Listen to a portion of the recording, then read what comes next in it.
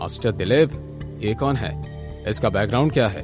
Master Akshay, अगर मैं आपसे कहूं कि मुझे इसका कुछ भी नाम नहीं पता तो आप मुझ पर विश्वास करोगे?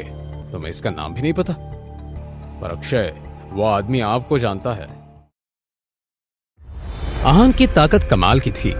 उसका बॉडी पोस्चर देखकर पता चल रहा था कि उसने अपनी पूरी ताकत नहीं लगाई थी, पर फिर भी कौशल रिंग से दूर जाकर गिरा था।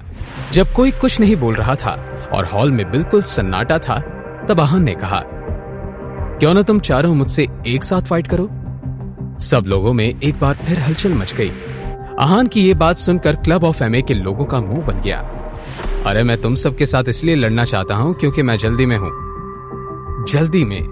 आहान की इस बात का साफ मतलब था कि वो उन चारों को हराने में ज्यादा वक्त नहीं लेगा। क्या तुम सच में हम चारों के साथ एक साथ लड़ना चाहते हो? एक फाइटर ने अपना गुस्सा पीते हुए पूछा। तुम्हें ऐसा क्यों लग रहा है कि मैं मजाक कर रहा हूं? ठीक है, अगर तुम मजाक नहीं कर रहे हो तो फिर बाद में मत पछताना। हम चारों में से कोई भी तुम पर रहम नहीं करेगा। ठीक है, फिर आ जाओ। अंकल!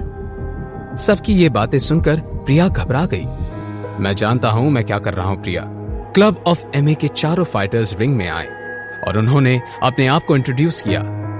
फिर आहान ने अपने आप को इंट्रोड्यूस किया। King Kong club, Aahan Raizada. क्योंकि आहान किंग कॉन्ग क्लब की तरफ से लड़ रहा था, उसे उनका नाम लेना पड़ा। स्टेज के नीचे सबके एक्सप्रेशंस बहुत अलग थे। किसी ने भी आहान रायजादा नाम नहीं सुना था। अक्षय भी सोच रहा था कि उसने ये नाम पहले कभी सुना नहीं था। फाइट शुरू हुई। उन्होंने शुरू से ही आहान को चारों तरफ से घेर लिया था। एक पंच हवा को चीरते हुए आहान के नाक के पास आया और आहान ने खुद को अच्छे से डिफेंड किया। इतना ही नहीं, इससे पहले कोई कुछ और कर पाता, आहान का एक पंच एक फाइटर के मुंह पर पड़ा और वो भी रिंग के बाहर कौशल के पास जा गिरा। सन्नाटा। पूरे हॉल में एक डरावना सन्नाटा छाया था। अब स्टेज पर 1 वर्सेस 3 था। जैसे ही एक ने बोलना चाहा, मैं अपनी पूरी बात कर पाता, उससे पहले ही आहान ने उसके पेट पर लात मारी और अपने पैरों से अटकाकर उसे बुरी तरह से नीचे गिरा दिया। फिर आहान ने उसे उठाया था और उसे भी कौशल के पास फेंक दिया था। जैसे ही आहान ने अपने कदम बाकी दो की तरफ बढ़ाना शुरू किए, उन्होंने तुरंत हार मान ली और स्टेज से भागने लगे। उन्हें एहसास हो गया था कि आहान कोई मामूली इंसान नहीं था। उधर स्टेज के नीचे खड़े अक्षय की आंखें गुस्से से लाल थी। उसके 5 स्टूडेंट्स इस कदर हारेंगे, उसे इस बात का बिल्कुल भी अंदाजा नहीं था। उधर दिलीप के चेहरे पर हैरानी, चिंता और खुशी सब थे। आहान जब स्टेज से नीचे उतरा था, तब सबके मन में उसके लिए रिस्पेक्ट थी। किंग कॉन्ग क्लब का हर सदस्य उसे इज्जत से देख रहा था। जो सबसे ज्यादा खुश थी, वो थी प्रिया। अंकल, आप अमेजिंग हैं, you are too good. Dilip ने आहान का हाथ अपने हाथों में लिया और कहा, यंग मैन, मैंने कभी भी आप जैसा फाइटर नहीं देखा। आपकी स्ट्रेंथ कमाल की है। पहले मैंने जो कुछ भी कहा था, मैं उसके लिए आपसे माफी मांगता हूं। मास्टर दिलीप, आप बहुत अच्छे हैं। ये क्लब ऑफ एमए के फाउंडर और टीचर हैं, मास्टर अक्षय। दिलीप ने आहान और अक्षय का परिचय करवाया। मैं इन्हें जानता हूं। तुम मुझे कैसे जानते हो? कैसी बातें कर रहे हैं मिस्टर अक्षय? आप मुझे नहीं पहचान रहे? ये बहुत अजीब बात है, पर माफ कीजिएगा, मैंने आपको नहीं पहचाना। पर अगर आप मुझे जानते हैं और मैंने आपके साथ कुछ गलत किया है तो मुझे बताइए। जितना कि मुझे याद है, मेरी वजह से कभी किसी चींटी को भी तकलीफ नहीं हुई है।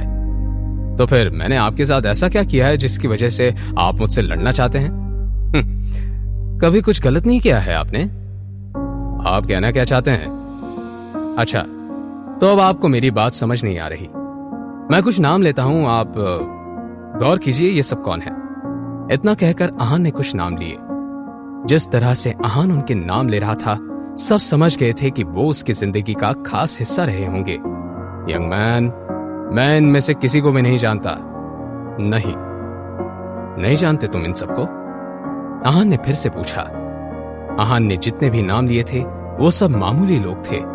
सब अपनी और अपने परिवार की जरूरतों को पूरी करने की मेहनत कर रहे थे। 3 साल पहले जब आहान पर हमला हुआ था, तब इन्हीं लोगों ने उसके लिए अक्षय और उनके साथियों से फाइट किया था। अक्षय और उसके साथी मार्शल आर्ट में ट्रेंड थे, पर फिर भी उनमें से कोई भी पीछे नहीं हटा था। अपनी जान पर खेलकर इन लोगों ने आहान को बचाया था और वहां से दूर लेकर आए थे। अब क्योंकि तुम उन्हें जानने से इनकार कर रहे हो तो फिर आहान ने इतना कहा और अक्षय को पंच किया। आहान के इस पंच से फाइटिंग हॉल का माहौल फिर से बदल गया था। उधर अक्षय इस पंच के बाद खुद को संभाल रहा था। उसकी आंखें खुली की खुली रह गई थी। ये तुम क्या कर रहे हो? मैं सच में इन लोगों को नहीं जानता।